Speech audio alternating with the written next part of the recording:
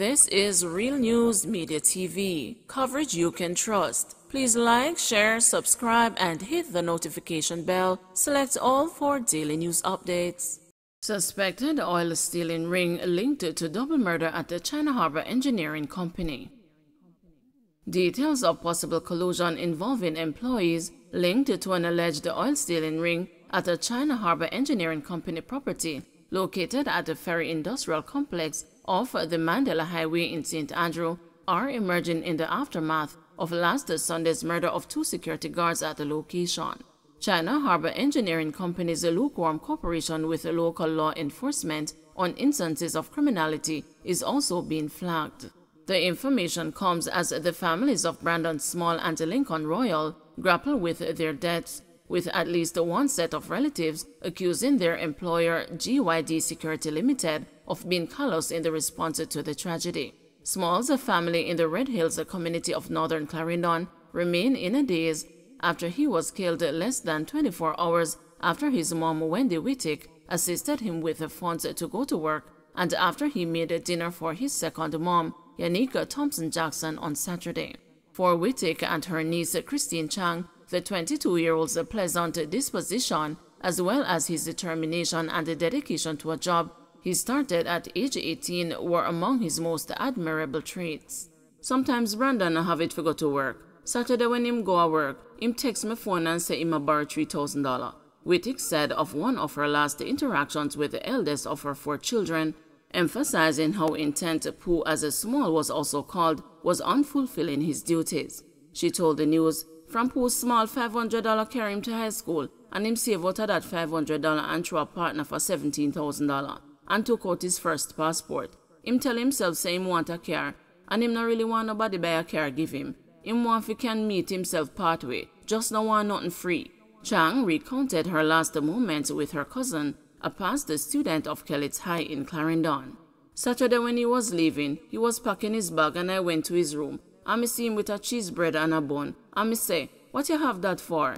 And him say, 'I'm a lunch and my breakfast for Sunday,'" she recalled. "Them take me auntie eyeball. Them take the heart and soul out of the family," she cried. Thompson-Jackson, Small's neighbor turned second mom, recalled that the young man had many dreams as she lamented his brutal demise. A memory that brings some peace, however, was how he responded to a situation while he was out to celebrate his birthday 3 months ago with her and his mom at Morris Fish and Jerk Hut in Tollgate. On her way back, the car broke down, but it was just fun. He was so positive about everything, she shared of the September 15 troubles. "It was his birthday. You thought he would be a little bit down because all of this happened, but he was just everything. He was just positive. He was just nice." Coping has been tough. "We have sleepless nights, Wittick stressed before being joined by Chang, who said that the younger children in the household have been left traumatized and unable to attend the school. The situation has not been helped by what the family has described as a poor communication from Small's employer, GYD Security, a firm incorporated in 2018 and has roughly 130 employees. Despite the dedication Brandon put into his work, it's like they don't care that he lost his life. Me understand life goes on, but what happened to we? We left her back.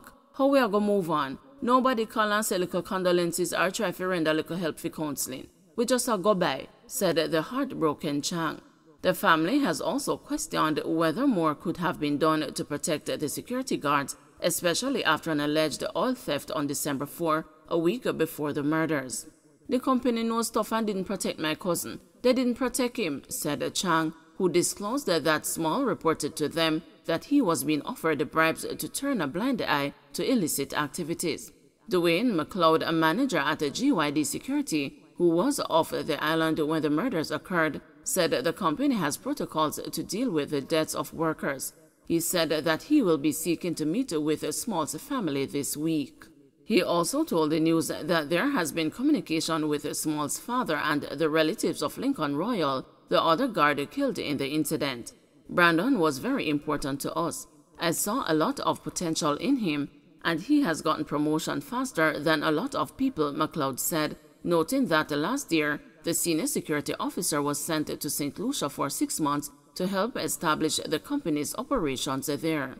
Small was recently promoted from regular guard to an unarmed supervisor. Royal's widow, Sharon Heslop Royal, said her husband was a good man.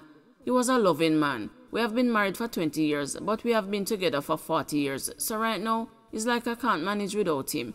She told the news last week as relatives and friends gathered at her Browns Hall St. Catherine home to console her. The police investigation into Sunday's murders includes an assessment of whether there is any connection with the attempted oil theft on Sunday, December 4 at the ferry-based industrial complex, and which allegedly involved 4 Jamaican laborers hired by China Harbor Engineering Company. On the day in question, workers were at the plant late preparing asphalt for use on the Maypen to Williamsfield leg of Highway 2000, which is being developed under the Southern Coastal Highway Improvement Project. China Harbor Engineering Company, an arm of a state-owned Chinese company, is the contractor on the project. Security guards doing patrol around 11:30 p.m. allegedly saw 4 men pouring diesel oil from 2 drums. One was caught as they attempted to flee. The Duhaney Park Police in St. Andrew were contacted and the man taken into custody. But within days, the 4 were reportedly seen back on the job. McLeod said there are almost weekly instances of theft of equipment or oil. However, he told the news that he was not sure what happened in that instance, since it was up to China Harbor Engineering Company to press charges. Deputy Superintendent Hemford Wade, crime officer for the St. Andrew South Police, confirmed that China Harbor did not provide a statement which was necessary for the case to progress. He explained that based on his experience, many Chinese business operators try to avoid the court system, an attitude that meant many cases do not get prosecuted. China Harbor has declined to comment on all the developments, telling the news that investigations are ongoing. Small and Royal were reportedly the guards who thwarted the oil theft. GYD Security confirmed that Small was the one who detained the China Harbor Engineering Company worker. 5 officers were on duty on the fateful night of December 11. Small, Royal, and a 3rd colleague were from the party that did duties when the 4 were caught stealing the previous Sunday.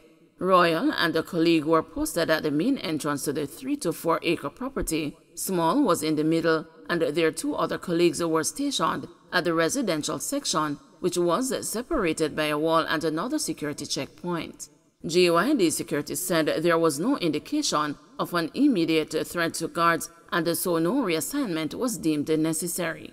It's a norm when we catch employees of China Harbor, when we arrest them, get them to the station. Within a week or 2 they are back on the job, an official said, noting that the guards have made multiple arrests in the past with no discernible acts of reprisal. Exactly how last Sunday's attack unfolded sometime after 10:30 p.m. remains uncertain, but reports of the involvement of China Harbor workers are being pursued. An employee who was allegedly inside one of the buildings reported to the guards at the main gate that he wanted to be let out to speak to relatives he claimed visited him in a car outside. That man was let out through the gate, an 8-foot solid metal electronically operated sliding structure. About 15 minutes later, someone reportedly knocked on the gate. One of the guards asked who was it, and the person reportedly replied that they were an employee who wanted to speak with a China Harbor Engineering Company supervisor. The guard told the person that the official being sought does not work in the night and was not on the compound. While responding, the guard reportedly tried reaching Small by phone, but did not get him. Small was supervising that shift. While walking towards Small's post, the guard who interacted with the stranger at the gate reportedly saw a man with a gun running from the back of the premises that borders the New Haven community. The man is believed to have jumped the 10-foot wall topped with barbed wire. The guard reportedly aborted his trip and ran towards another border wall, which he scaled to get away. It is believed that the man seen with the gun was the one who opened the gate to allow a gray motor car to enter the property. Royal, the other officer who was at the front post, was tied up and beaten before he was shot dead. He was armed. Investigators believe the attackers pressured him for details on the location of the other security officers. Small was then attacked and shot multiple times. The guard, who ran out of fear for his life, was found later physically unhurt. The other 2 guards on duty reportedly said they hid. An armed supervisor is usually on each shift, GYD Security said. It remains unclear why the designated supervisor did not work that shift. After the shooting and the departure of the police, the China Harbor Engineering Company employee, who had reportedly left to see purported relatives, returned to the property to sleep. It's really unusual to hear that 2 persons were killed for somebody to go and sleep at the same location. Where he slept would be in the vicinity where Small was killed, an official said, noting that collision involving China Harbor Engineering Company employees was being probed. There has been no arrest so far. Neither has a suspect or person of interest been identified, according to DSP Wade, who is working with the Major Investigations Division, the unit leading the probe. Wade said sleuths are looking strongly into the theory that the pilfering is taking place at the location, and maybe the security guards were killed because of their efforts to thwart the persons from stealing oil and other things. He said that if China Harbor Engineering Company had given a statement in the December 4 case, it may have prevented something else from happening. The experience has shown us that China Harbor Engineering Company, sometimes they are rather slow in providing certain statements in respect to investigations. I don't know if it's a culture or not. They don't normally quickly come on board. I pick up that they have issues with the court. They don't like the court issues out here, said the cop. Almost 48 hours after the murders, 4 men in a car believed to be the same one from the Ferry Industrial Complex incident attacked the China Harbor Engineering Company facility in Newport West, St. Andrew. One of the attackers was killed. He remains unidentified.